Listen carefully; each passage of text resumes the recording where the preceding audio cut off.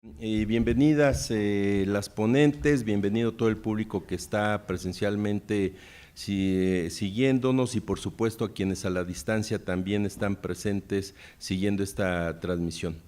El tema que nos ocupa en esta mesa es el llamado sistema disciplinario o de manera puntual el nuevo tribunal que se plantea en la reforma constitucional, que de alguna manera podría yo decir es una novedad que encontramos en esta propuesta, pero no por ser una novedad es viable, no por ser una novedad tiene riesgos, y para eso hemos invitado en esta mesa a quienes tienen ya una amplia experiencia en algunos de estos temas, ya sea desde la academia, desde la sociedad civil y por supuesto desde el ámbito del propio Poder Judicial. Entonces, para darle secuencia a las intervenciones, yo lo que propondría es un primer posicionamiento de cada una de ustedes, tomando en consideración, por supuesto, esta propuesta que ya está planteada, cuáles podrían ser en su caso aquellas aristas que podríamos nosotros adicionar en términos tanto de una crítica como de un posible fortalecimiento de lo que se está planteando, el tipo de control que se está señalando en esta propuesta, y sugeriría que fuéramos de aquí hacia allá, primero la magistrada Rolón, después la doctora y finalmente la licenciada. Así que adelante, magistrada Rolón, por favor, 5 minutos. Gracias. Antes de hacer el posicionamiento y la crítica que traería yo las opiniones sobre este Tribunal de Disciplina, quisiera empezar iniciando con un contexto que es importante saber cuál es la finalidad del procedimiento disciplinario y cuál no es su finalidad, porque hay mucha desinformación en cuanto a este tema.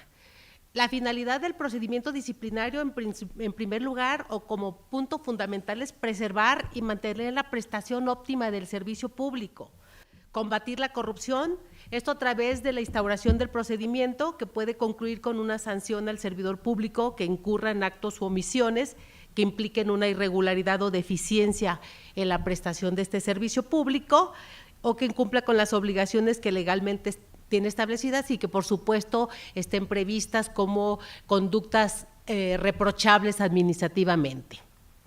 Esto a su vez conlleva la implementación de mecanismos para la prevención, corrección y eventual supresión de estas faltas.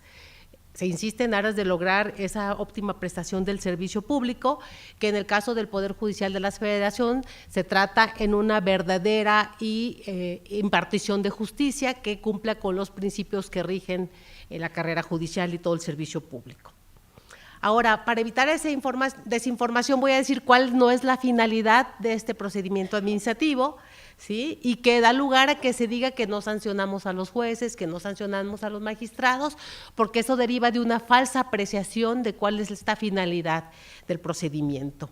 El procedimiento de responsabilidad administrativa no es un recurso jurisdiccional mediante el cual se revisen o estudien los razonamientos jurídicos que se contienen en las resoluciones judiciales. No tiene como finalidad ni modificar ni revocar esas resoluciones porque el procedimiento disciplinario es independiente del jurisdiccional. Esto provoca muchos problemas porque la gente en general, las personas que no son muy dedicadas a esta disciplina del derecho administrativo, piensan o tengan la falsa creencia de que a través del procedimiento se pueden modificar o revisar estas resoluciones jurisdiccionales, lo cual no es correcto. Esto significa que en el procedimiento administrativo ni liberamos delincuentes, ni fijamos pensiones de alimentos, ni de jubilación, ni decretamos divorcios. Si se afirma lo contrario, entonces muy probablemente no se tenga la información correcta. Ese es un primer punto. Tampoco es un mecanismo que tenga como finalidad persuadir a los jueces para que resuelvan en un determinado sentido. Sin embargo, en la mayoría de las ocasiones, lo vemos en la práctica, se utilizan estos procedimientos como un medio de presión para lograr que un juez o un magistrado se abstenga incluso de seguir conociendo de un asunto, incluso resuelva a favor de una de las partes contendientes. Pero para eso deben estar las virtudes del juzgador que nos dan templanza y muchas otras cualidades para evitar ser objeto de este tipo de presiones externas e internas. Tercer punto, el procedimiento administrativo tampoco es un procedimiento inquisitivo en que sea suficiente para investigar y sancionar a un juez o magistrado el que el denunciante sostenga que hubo una actuación irregular o errónea desde su muy particular perspectiva, sino que tienen que proporcionar los elementos mínimos indispensables para determinar objetivamente que existen indicios de un actuar irregular, tal como actuar contra jurisprudencia, contra el texto expreso de una ley en donde no haya ninguna interpretación o posible interpretación jurídica, porque entonces estaríamos entrando en el ámbito de lo jurisdiccional. Y desacatar una jurisprudencia exactamente aplicable al caso concreto, además obligatoria, ¿no? O incurrir en un descuido inexcusable en el que se genere un error irreparable a una de las partes, como puede haber muchos, ¿no? De ahí que es necesario que en la queja administrativa, y he insistido mucho, se establezcan por lo menos las circunstancias de tiempo, modo y lugar en que se estima se cometió una conducta, y se aporten, por supuesto, las pruebas necesarias para que pueda haber indicios de esa probable falta administrativa. De lo contrario, pues sería en contra del principio de presunción de inocencia que tienen cualquier persona. Y bueno, en otros aspectos a considerar, no sé si tengo tiempo, ¿por qué se dice que el pueblo está insatisfecho con la actuación de los jueces? Ya se ha dicho mucho y se ha criticado mucho, pero yo insisto en lo que todos decimos: en los juicios hay dos partes contendientes, de manera que uno gana y uno pierde. El 50% de nuestros usuarios perdió y por supuesto que no le gustó la decisión del juez. Y todavía más, de ese 50% que ganó, el 25% no está satisfecho con lo que obtuvo. De manera que la aceptación en lo que hacemos los jueces no tiene perspectiva de que los jueces seamos populares en lo que hacemos, no es nuestro trabajo. Entonces hay un alto porcentaje de no aceptación. Y bueno, en conclusión, los jueces no podemos ser populares en la misma forma que sí lo deben ser quienes integran el Poder Ejecutivo y el Legislativo, porque ellos son electos por una mayoría del pueblo y están por lo menos, y lo digo por lo menos, obligados a satisfacer las pretensiones de quienes votaron por ellos. Nosotros tenemos que resolver en favor de una de las partes, haya o no votado por nosotros, porque eso implica la labor de un juez, darle la razón a quien lo tiene. Y bueno, otro tema que vemos, eso significa que los jueces solo podemos responder a los intereses de la sociedad, como lo hemos venido haciendo, a través de sentencias justas, ajustadas a la Constitución y a las leyes. Y eso no significa que no haya resoluciones con hierro, sí, seguramente las hay que ser autocríticas, pero tratemos de que sean los menos.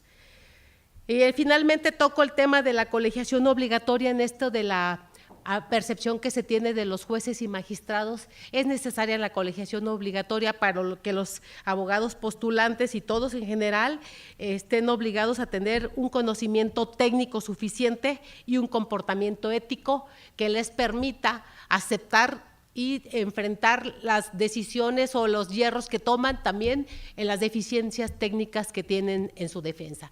Este sería un primer posicionamiento que hago, que tiene que ver para qué funciona este sistema de responsabilidad administrativa, para qué nos sirve y por qué deriva esa apreciación que nos hace tan impopulares a los jueces y a los magistrados. Gracias.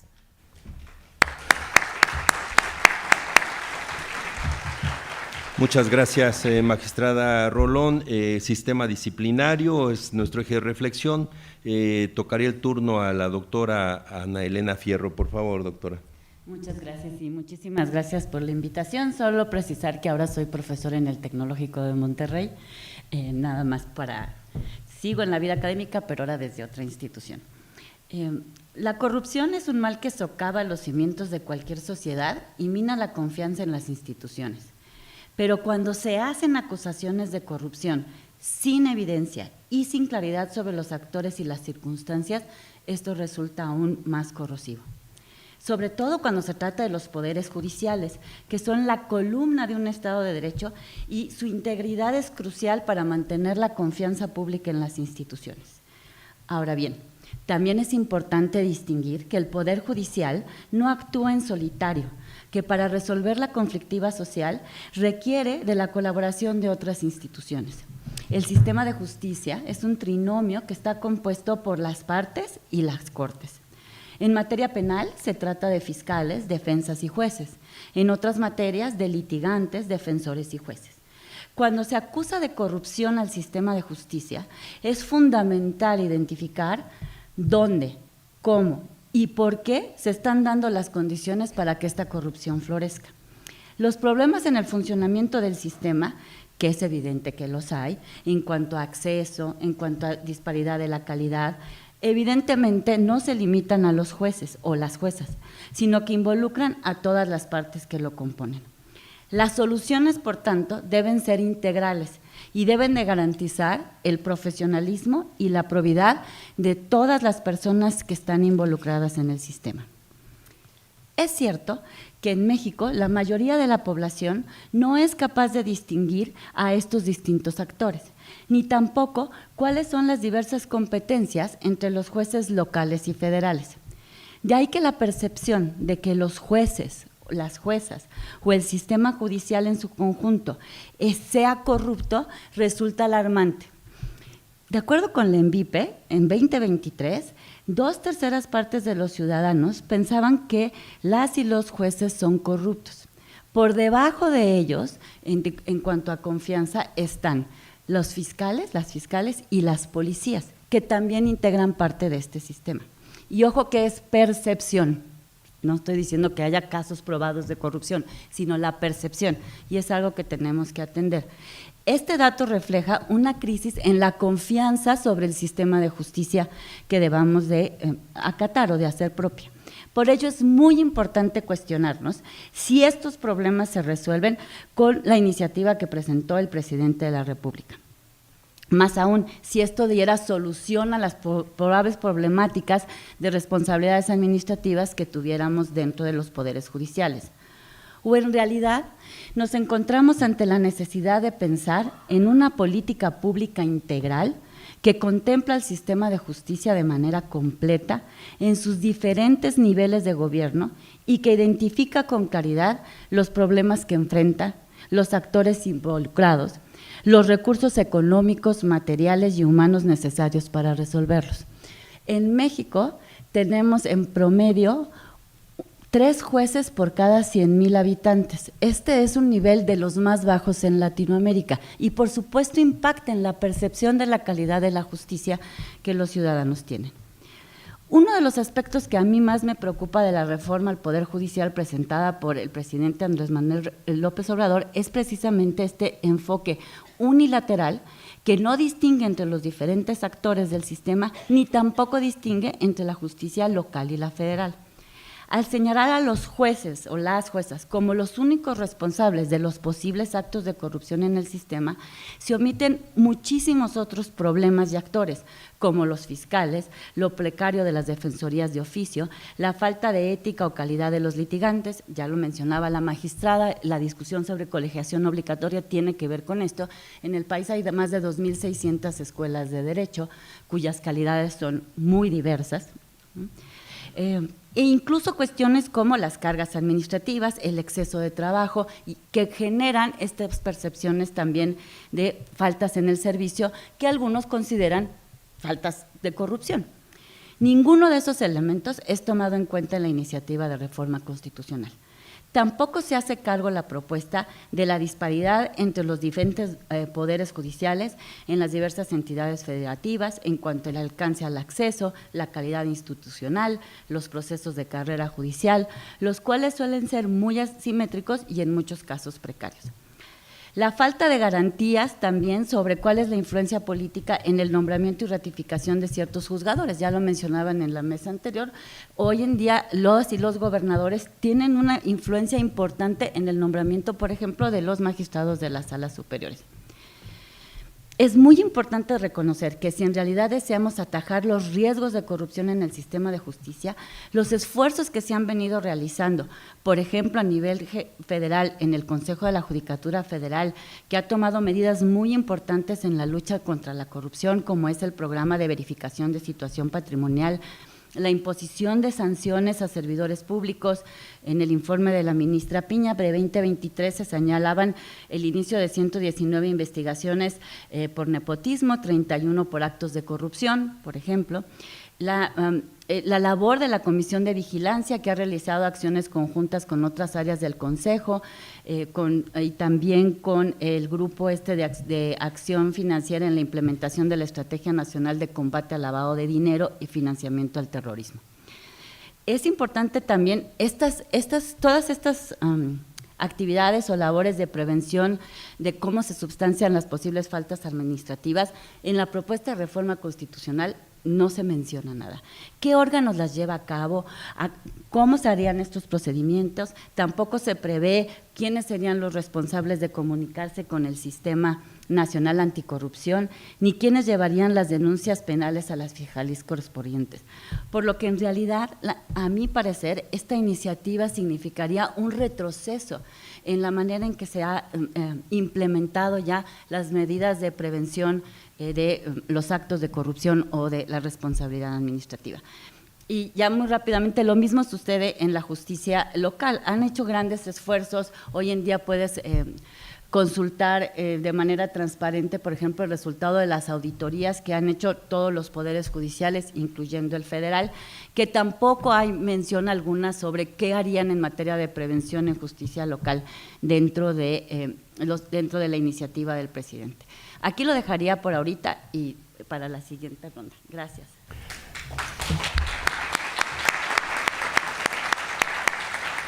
Gracias, doctora Fierro. Le pediría por favor a la licenciada Reyes Ortiz su participación en 5 minutos, por favor. Muchas gracias. Primero que nada, agradecer la invitación a la Escuela Judicial para que yo pueda participar en este importante evento.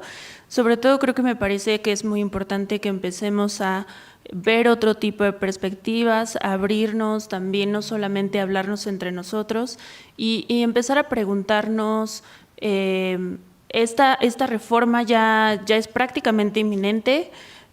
Sí se vieron ya algunas posibilidades de modificación de la propuesta original.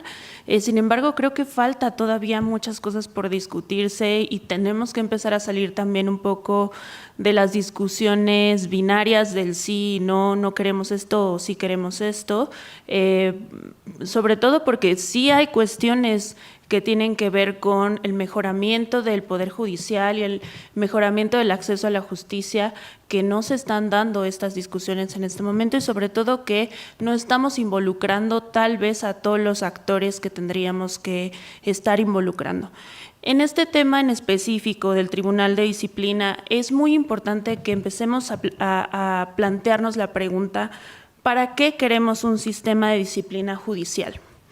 No solamente para qué queremos nosotras personas juzgadoras un sistema de disciplina judicial eficiente, sino también para la sociedad en general. ¿De qué les sirve o para qué la sociedad en general quiere que exista un tribunal de disciplina o un sistema de disciplina judicial cual sea el modelo que se proponga, ¿no?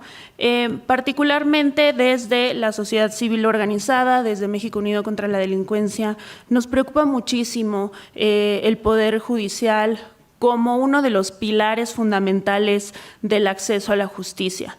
Entonces, nuestra perspectiva siempre tiene que ver esto cómo mejora o afecta el acceso a la justicia. Y bueno, primero que nada, creo que un sistema de disciplina pareciera que nos ayudaría a mejorar la probidad y la ética del desempeño de las personas juzgadoras. También nos ayudaría tal vez a mejorar la transparencia y la rendición de cuentas de esta institución. Nos ayudaría también a mejorar la eficiencia en el sistema y la impartición de justicia. También creo que esa es una de las preocupaciones que aquejan, ¿no?, a la población y que incluso en el discurso es la justificación para esta reforma, que es evitar las irregularidades y eliminar la corrupción, ¿no? creo que existe un reclamo social legítimo para que todo el aparato de justicia, incluyendo el Poder Judicial, funcione y funcione bien, ¿no? Entonces, el hecho de que nos estemos planteando una reforma a el sistema de disciplina judicial también nos está hablando de que los mecanismos actuales de rendición de cuentas pues no necesariamente son suficientes, y por eso es que tenemos ahora enfrente una propuesta de reforma y una creación de un tribunal de disciplina que más adelante iremos a los detalles, ¿no?, de la propuesta.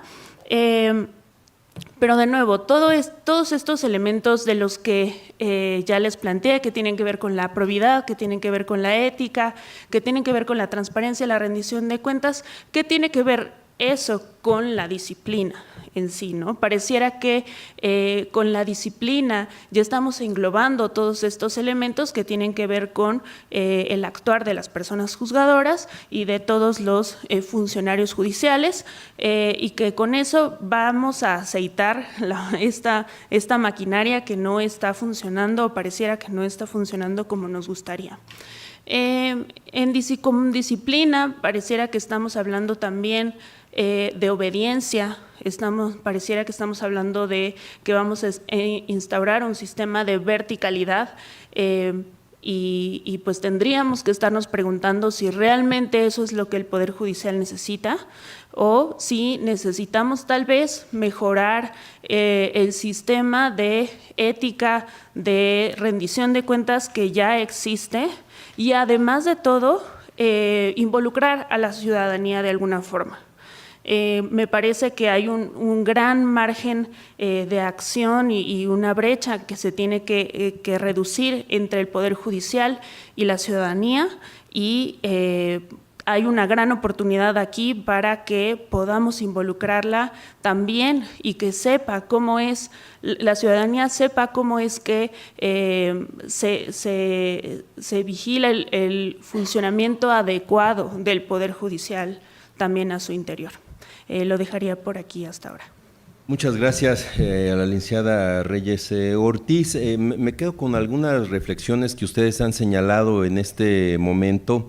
La licenciada se refiere en este punto justamente a el para qué de un sistema disciplinario en el Poder Judicial, y esto me lleva también a cuestionar si la existencia de los procedimientos disciplinarios, tomando en consideración lo que dice la magistrada Rolón en términos de lo que significa el servicio público, tiene en el planteamiento de la reforma constitucional pues una lógica en términos del combate a la corrupción, en términos de esta percepción que existe en cuanto a la corrupción que existe en el sistema judicial, y lo que plantearía como preguntas centrales de esta reflexión, en primer lugar, es si efectivamente el sistema disciplinario actual tiene una repercusión importante en términos de mejorar la prestación del servicio. Porque si, como dice la magistrada Rolón, el tema central es pues evidenciar o sostener pues un sistema público como es el de administración de justicia bajo ciertos parámetros que están señalados en la norma constitucional y en la propia ley secundaria, si el sistema disciplinario efectivamente está resolviendo esas cuestiones vinculadas a desviaciones o irregularidades administrativas. Y en segundo término, si el sistema que está propuesto en el texto de la iniciativa que nos convoca el día de hoy podría mejorar lo que tenemos en la actualidad, o cuáles serían aquellos aspectos que quizá tendríamos que reconstruir o sugerir en términos justamente de una mejora del servicio público. Si les parece, llevamos a cabo estas reflexiones en el mismo sentido de hace un momento, la magistrada Rolón, la doctora Fierro y la licenciada Reyes Ortiz. Por favor, por 5 minutos, desafortunadamente el tiempo nos impone, entonces rogaría por favor 5 minutos a cada uno. Voy a ser muy breve ustedes. con las reflexiones y voy a tocar otro temita que tengo pendiente. ¿Sirve el procedimiento disciplinario para optimizar la prestación del servicio público? Yo creo que sí. a un servidor público que se le sancione por un caso de nepotismo, por ejemplo, yo estoy segura que no lo volvería a hacer. Difícilmente va a volver a incurrir en esa conducta. Y otros pues tendrán que poner sus barbas a remojar, como se dice coloquialmente, ¿no? O los errores, yo siempre recomiendo a los titulares, lean las constancias, a los secretarios, no hagan como que un argumento que no pueden contestar, no lo vieron. ¿Sí? Precisamente a través de estos procedimientos en donde se sancionan, porque las conductas, digamos, reprochables administrativamente en materia de administración de justicia son diferentes a las que existen, por ejemplo, en la Ley General de Responsabilidades Administrativas, que claro, la Ley General de Responsabilidades es aplicable de manera directa en cuanto no sea incompatible con la Ley Orgánica del Poder Judicial de la Federación y las funciones que manejamos, porque en general, por ejemplo, los titulares no manejamos recursos públicos, entonces difícilmente se puede, o son mínimos, por ejemplo, a los de los estados de las repúblicas que les dan café, galletas, no sé si todavía les están dando, creo que ya ni esa prestación existe, pero pues, alguien que se lo lleva a su casa, pues estarían incurriendo en desvío de recursos porque esos recursos son para el tribunal. Hemos tenido casos o hemos sabido de quienes se llevan la papelería a su casa, ¿no? También eso es compatible, digamos, entre otras muchas cosas. Pero en el Poder Judicial de la Federación, específicamente en el Consejo, no solamente tenemos a la Comisión de Disciplina o al Pleno que conocen de cuestiones disciplinarias o a la Secretaría Ejecutiva de Disciplina, sino tenemos otras áreas, como son, ya lo decía la doctora Alenela, vigilancia, ¿sí? Que también sirven para optimizar la prestación del servicio público, la visitaduría judicial, que a través de las visitas de inspección evalúa si los asuntos se están resolviendo en tiempo, determina si hay inconformidades de los servidores públicos respecto de un titular en la prestación del servicio público. Por supuesto, les digo yo también, cuando presenten quejas administrativas, porque también al interior del Poder Judicial se presenta esa percepción de que todas las quejas se desechan, yo los invito a que lean el acuerdo en materia disciplinaria, 3 artículos, del 130 al 132 es suficiente para poner una queja, y nadie la lee. Nuestro ordenamiento dice que hay que presentar pruebas. No presentan pruebas, no presentan circunstancias de tiempo, modo y lugar. Entonces, aquí es un engranaje, si hay procedimientos para evaluar la correcta prestación del servicio público, esto es la visitaduría, vigilancia, la Comisión de Disciplina, el Pleno del Consejo en todas las áreas, la Unidad General de Investigaciones, que también tiene su parte en medidas cautelares, nosotros también en la Secretaría Ejecutiva de Disciplina, y las estadísticas que son importantes, que también en gestión judicial se manejan, del área de gestión judicial que tiene que ver con las oficialías de partes, que tiene un sistema informático, ustedes lo saben, que permite que en aras de esta óptima prestación del servicio público, los asuntos se distribuyan de manera aleatoria. Y el CICE, por supuesto, que también permite que el Consejo esté monitoreando quién está resolviendo de los secretarios, podemos hacerlo, cuántas sentencias se están emitiendo y también tenemos otros muchos mecanismos que nos sirven para estar vigilando la óptima prestación del servicio público. Y pues también esto en la mejora, por supuesto, habría que ver que visitaduría no solamente analice cuantitativamente cuántos asuntos se resuelven, sino también sin inmiscuirse en el criterio jurisdiccional, pudiera haber una visión muy amplia de lo que se está resolviendo, la complejidad de los asuntos, el grado de tomos. Obviamente hay asuntos delgaditos que son muy complejos, que es una de las cuestiones que ya trataré como las críticas que tengo al Tribunal de Disciplina y al procedimiento. Creo que la visitaduría judicial sería importante que vea otros temas que no solo sean cuantitativos. Por supuesto, la Secretaría Ejecutiva de Disciplina tendremos que hacer una campaña de difusión para decirle a las personas para qué sirve y para qué no sirve el procedimiento disciplinario, poner a disposición de todos ustedes y del público en general, que ya está, pero dar una campaña de difusión sobre los criterios en materia disciplinaria, que ¿para qué sirven? Pues para que sepamos. A veces decimos, no, pues que el juez me hizo esto, me está pidiendo esto, son facultades del titular y eso entra en la vía laboral, estamos en una línea fina. Los criterios disciplinarios permiten a los titulares medir el funcionamiento de del personal y hay que ver una línea fina cuando es medir el funcionamiento de la capacidad técnica de nuestro personal y cuando estamos incurriendo en un acoso laboral. Porque también hay asuntos en los que ahora faltan 10 minutos para las 6, es que me está acosando porque me mandó corregir el proyecto 10 minutos antes. Muchachos, también tengamos un poco de sensibilidad y pongámonos la camiseta. Gracias. Gracias, magistrada.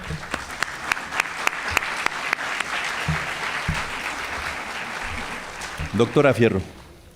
Gracias. A ver, déjenme ponerlo así. Si a lo mejor hay algo que pudiera ser rescatable de la iniciativa del presidente, es la idea de a lo mejor elevar el nivel de las comisiones que hacen hoy en día el trabajo disciplinario y que fuera un tribunal, si fuera un tribunal independiente. Cosa que nada de esto dice la iniciativa. ¿Cómo se debería de ver esto y cómo podría funcionar? Que pudieran incluso ser pues algunas cuestiones que podrían mejorar el procedimiento disciplinario hoy en día. Y a lo mejor existen y quizás aquí lo que habría que hacer es un poco lo que ya se decía en la mesa anterior, ¿no? Falta abrirlo más, publicarlo más. A mí incluso me costó trabajo encontrar datos, ¿no?, sobre qué se hace y cómo se hace, y ahora estoy escuchando que se hace muchísimo, ¿no?, a pesar de que más o menos sé cómo funciona. Creo que lo primero que habría que remarcar es que se trata, como es el caso, por ejemplo, en este caso, que es una magistrada quien es la titular, de que el personal que ocupara este tribunal de disciplina fueran cuerpos técnicos y cuerpos con una gran independencia judicial, dado su experiencia y sus méritos. Y que sus miembros cuenten con esta experiencia en la impartición de justicia, porque como bien decían, impartir justicia es una parte de la abogacía muy particular y a la que se entrenan durante muchísimos años para lograrlo. Si tú vas a ser el juez de los jueces, pues tendrías que tener, o la juez de las juezas, pues tendrías que tener aún mayor, ¿no? Creo que otro elemento importantísimo es recordar que todos los mecanismos disciplinarios deben estar regidos por los por los principios del derecho administrativo sancionador. Y esto implica que todas las resoluciones tienen que responder a los estándares del derecho penal en cuanto a taxatividad en la aplicación de la ley, debido proceso, presunción de inocencia, defensa adecuada, ¿no? También esto significa que el tribunal no podría ser al mismo tiempo la autoridad que investiga y la que sanciona. Y esto, obviamente, en la iniciativa nada más dice hay un tribunal de disciplina y no tiene estos elementos. Por supuesto, la iniciativa no aborda ninguno de estos puntos cruciales. Si me lo preguntan a mí, yo quisiera que ese tribunal de disciplina, que pensáramos en un tribunal independiente, yo lo haría un órgano constitucional autónomo hoy, que también están endemoniados y que los quieren desaparecer, ya no nada más reformar como al Poder Judicial de la Federación. Yo haría ese tribunal un órgano constitucional autónomo que fuera el vigilante de todo el sistema, es decir, que uno pudiera presentar, pero que juzgaran, habría que ver quién será la autoridad investigadora, pero que pudieran juzgar no solamente a juezas y jueces, sino a fiscales, a defensas y a litigantes cuyas faltas éticas o posibles acusaciones de corrupción se llevaran a cabo. Ese sí sería un tribunal de disciplina que mejoraría al sistema en su conjunto. Porque, como bien dice la magistrada, pues muchas veces yo puedo hacer una queja administrativa diciendo el juez se vendió o la juez se vendió. Sí, pero ¿quién la compró? ¿No? Y habría la corrupción es un acto bilateral, siempre hay dos partes, ¿no? Entonces creo que aquí le hace falta mucho esto. Y si tuviéramos un tribunal disciplinario, yo aspiraría a que cumpliera con todos estos elementos. Y un elemento importantísimo y que me parece riesgosísimo de la propuesta, y que ya la magistrada lo había dicho, la independencia judicial depende que las y los juzgadores puedan dictar sus sentencias siempre con apego a las normas, por supuesto, pero que no puedan ser juzgados por el sentido de la resolución, porque obviamente, como dicen, es un sistema adversarial, a una persona se le concederá la razón y a la otra no. De modo que cuando la iniciativa constitucional dice que revisarán que las resoluciones sean siempre en favor del bien común, es una ambigüedad peligrosísima y que socava por completo la independencia judicial. Yo aquí lo dejaría. Gracias, doctora Fierro. Licenciada Reyes Ortiz, por favor. Sí, muchas gracias. Pues sí, ahora entrando a los detalles de la propuesta de la creación del Tribunal de Disciplina, y como ya lo he mencionado, creo que sí ha habido bastantes críticas sobre el hecho de que sea el Consejo de la Judicatura, presidido por la misma persona que preside la Suprema Corte de Justicia, quien se encargue de la administración del Poder Judicial y además del sistema de disciplina. Eso es una discusión que se tiene que tener y que muchos apuestan a que debería de ser un órgano independiente, como lo propone la doctora Fierro, que debería de ser incluso un tribunal autónomo a la Suprema Corte. Creo que como lo plantea la iniciativa, más bien generaría una tensión muy importante entre la Suprema Corte de Justicia de la Nación y el Tribunal de Disciplina, porque lo están planteando como si fuera un tribunal máximo, porque no hay un tribunal de disciplina para el Tribunal de Disciplina, ¿no? Sino que es el Tribunal de Disciplina se va a meter a juzgar a todos los jueces, incluidos los ministros de la Corte, que no quiere decir que actualmente nadie haga rendir cuentas a los ministros de la Corte. Tenemos el sistema de juicio político en ese caso, que también podemos discutir si ese es el mecanismo ideal o qué nos haría falta en este sentido, pero creo que sí es muy peligroso que se mantenga de esta forma, sobre todo porque, como dicen, como ya lo mencionaron, va a meterse no solamente con el actuar ético de los juzgadores o si existieron faltas a la disciplina o actos de corrupción, sino que también se van a meter a analizar el fondo del asunto de las decisiones. Incluso no solamente este concepto de el bien común o del interés público, sino también cuando los jueces no lleven a cabo una adecuada impartición de justicia. Y eso es lo más amplio del mundo. Digo, yo soy litigante y uno de los agravios más recurrentes que hago valer cuando litigo una sentencia a primera instancia es tal vez una incorrecta valoración o una incorrecta fundamentación por parte de la persona juzgadora, ¿no? Y eso es una apreciación mía de como una parte interesada en un juicio, no un criterio válido para sancionar a una persona juzgadora, ¿no? Entonces creo que ya sea cual sea el diseño del Tribunal de Disciplina, tiene que estar muy bien delimitado los tipos por los cuales van a poder ser sancionadas las personas juzgadoras y no solamente pensar en sanciones de remoción y que siempre pongan en peligro pues el trabajo de las personas juzgadoras, porque eso lo único que va a hacer es inhibir una adecuada impartición de justicia y sobre todo decisiones que lleguen a ser progresistas o que lleguen a ser tal vez controversiales, ¿no? Además de todo, tenemos que tomar en consideración no solamente el Tribunal de Disciplina, sino también el nuevo diseño de elección y permanencia que se está proponiendo en la reforma, que es la elección por voto popular, con lo cual, pues además le añadimos un carácter político a todas las personas juzgadoras, incluyendo a los integrantes del Tribunal de Disciplina, que ahora van a estar preocupados por tomar decisiones, ¿no?, que sean populares, que sean vendibles para el votante, ¿no? O que incluso que sean favorables para los actores políticos que les tocará nominarlos para una ratificación o para una reelección.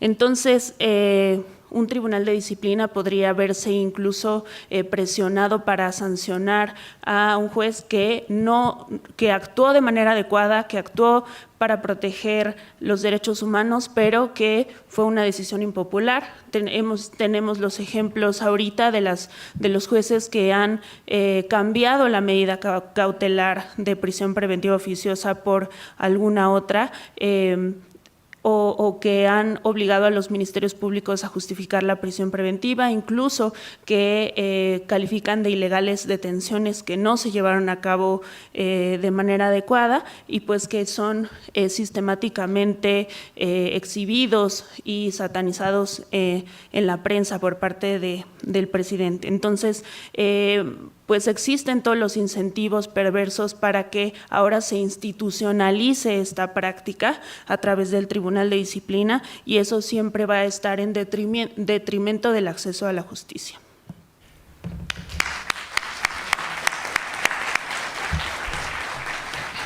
Muchas gracias. Bueno, miren, es un tema en extremo complejo del sistema disciplinario que se plantea en la reforma constitucional. Hemos escuchado aquí incluso algunas propuestas y estamos ya por cerrar, así que me gustaría solamente dejar anotado uno de los temas adicionales que trae la reforma y que se refiere a la independencia judicial y justamente los plazos y términos para poder resolver cuestiones a cargo de los órganos jurisdiccionales y, por supuesto, la intervención del llamado tribunal disciplinario cuando esos plazos se incumplan, que es, entre otras cuestiones, quizá uno de los temas más complejos porque compromete la independencia judicial y la certeza jurídica, por supuesto, de los titulares de los órganos jurisdiccionales. Pero no quisiera inducir el tema hacia allá, así que yo les pediría que, pues, estando ya tan cerca del cierre, 3 minutos a cada una de nuestras participantes para poder cerrar, hacer conclusiones o incluso abordar algún tema que les interese particularmente exponer. Magistrada Rolón, por favor, adelante. Gracias. Mi crítica a la propuesta voy a tratar de ser muy breve. Los artículos 17 y 20 establecen que las leyes preverán cuantías en materia tributaria, en asuntos fiscales y también en penal que se debe resolver en 6 meses. Si no se resuelve, el órgano debe dar vista al tribunal disciplinario o al órgano interno de control. Yo veo aquí 3 temas opinables. Uno, de origen práctico. El plazo en que se deben resolver los asuntos no depende de su cuantía, sino de su complejidad, del impulso procesal de las partes y otros factores como las cargas de trabajo. Entonces, ese es un problema opinable. 2, se puede vulnerar el principio de no autoincriminación porque estoy obligado a decirle al tribunal que no resolví en tiempo y si por alguna razón algo se nos pasó o hay algo que no podamos justificar, me estoy autoincriminando. Número 3, esto es un principio que impera en favor de todos los gobernados. Esto nos lleva a un tercer riesgo potencial, que los tribunales, especialmente los jueces y magistrados, resuelvan de manera apresurada para no incurrir en una responsabilidad de esta naturaleza, priorizando la resolución del asunto sobre la calidad de las sentencias, entendiendo que con estas se imparta verdaderamente justicia. A veces en materia penal sobre todo, pues se hace prevalecer el principio a una adecuada defensa sobre la prontitud en la administración de justicia. Esta es mi crítica a los artículos 17 y 20. En el 97 se dice que cualquier persona puede denunciar ante el Tribunal de Disciplina hechos que pudieran ser motivo de sanción, incluyendo de los ministros de la Suprema Corte de Justicia de la Nación. Esto podría poner en riesgo la división de poderes porque coloca en una disparidad política a los 3 poderes, en tanto que el legislativo y el ejecutivo solo pueden ser sujetos de juicio político, mientras los ministros están sujetos también a que sean examinados por un tribunal de disciplina, de manera que esto podría politizar el asunto y sobre todo más grave porque en el artículo 100 se establecen como causas de responsabilidad tipos abiertos con conceptos jurídicos indeterminados, como ya lo dijeron mis antecesoras, como que se resuelvan con actos contrarios al interés público. Señores, todo lo que resuelve la Suprema Corte de Justicia de la Nación en general e incluso los tribunales es de interés público porque abarca cuestiones que tienen trascendencia nacional. Fíjense lo opinable, lo riesgoso para la seguridad jurídica de quien quiera ser ministro, que aquí se maneje que resolvieron contrario a los intereses, al interés público en un concepto jurídico absolutamente indeterminado. No quiero poner ejemplos, pero hay muchos que podrían meter. Otro tema, lo que se vuelve aún más sensible si se toma cuenta que en términos del artículo 100 de la propuesta, las decisiones del tribunal disciplinario no admiten recurso alguno. Y bueno, otro tema, y ya con eso cierro, los magistrados del Tribunal de Disciplina no pueden, dentro de los 2 años siguientes a la fecha de su retiro, actuar como patrones, abogados o representantes en cualquier proceso ante los órganos del Poder Judicial. Me genera inquietud porque pudiera no ser atractivo como un proyecto de vida ser miembro del Tribunal de Disciplina, porque solo duran 6 años en el cargo y después de 6 años tendrás que estar 2 años sin poder litigar, lo cual hace que sea poco atractivo querer ser miembro del Tribunal Disciplinario. Gracias. Gracias, magistrada Rolón. Doctora Fierro, por favor. Muy amable, gracias. A ver, primero que nada, eso de que los plazos se cumplan perennes, a mí me preocupa muchísimo. Y tuve el honor de iniciar mi carrera como abogada, como oficial judicial, y el juez titular me decía, las sentencias no son enchiladas, no son todas iguales, y por tanto requieren de tiempo. A mí eso sí me preocupa muchísimo, y más cuando tenemos, como ya les había dicho, una ratio de 3 jueces por cada 100,000 habitantes. Las cargas de trabajo que se enfrentan en los poderes judiciales, ustedes no me van a dejar mentir, los que trabajan, la presión bajo la que trabaja el personal en general es enorme. Visiten cualquier juzgado, cualquier tribunal y las personas no se ven, están bajo unas columnas enteras de expedientes.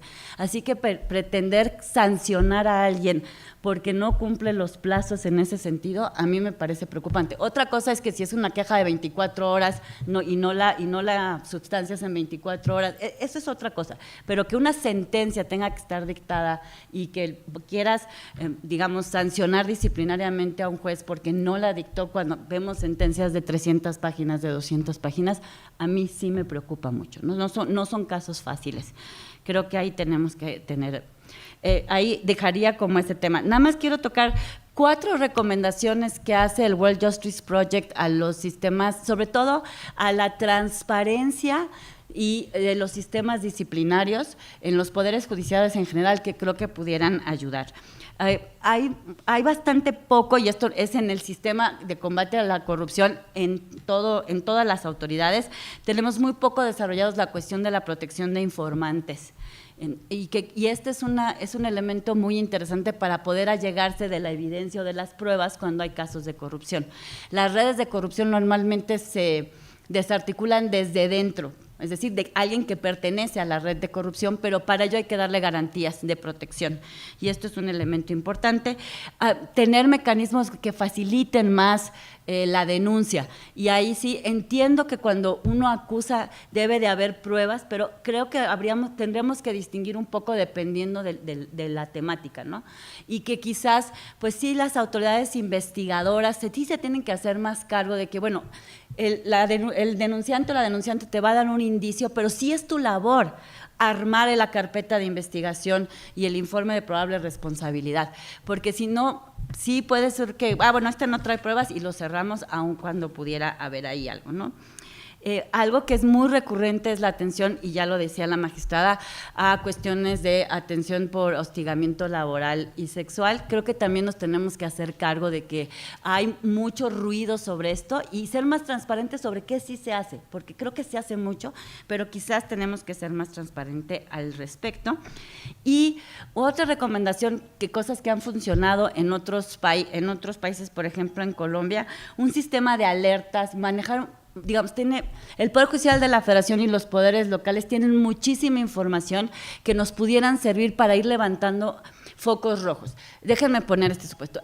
Denuncian a un juzgado en materia administrativa una vez porque parece ser que tiene nexos con los principales litigantes de las refresqueras que están teniendo juicios en eso. Me lo presentan una vez y no hay pruebas. Me lo presentan 2 veces sin pruebas. Me lo presentan 3 veces sin pruebas. Hombre, pero a lo mejor aquí hay que levantar la bandera, ¿no? Entonces, es posible que pudiéramos tener ciertos focos rojos que nos permitieran estas alertas. Creo que esto de la inteligencia institucional, es decir, usar más la información que tiene el Poder Judicial en sus manos en general, nos puede servir en esta materia y en otras, ¿no? Como en acceso a la justicia, por ejemplo. Ya, perdón. Gracias, doctora. Licenciada Reyes Ortiz, por favor. Sí, muchas gracias. Creo que ya para no repetir mucho, solo añadiría que también tenemos que tener mucho cuidado en que este Tribunal de Disciplina no se convierta en una tercera instancia. Sobre todo porque tendrían esta facultad de revisar el fondo del asunto de algunas decisiones. Y esto, pues lo único que va a ocasionar es, primero, incertidumbre jurídica para todas las partes, también el entorpecimiento en la impartición de justicia, porque tendríamos casos que de plano no terminan o instancias que se interrumpen, etcétera.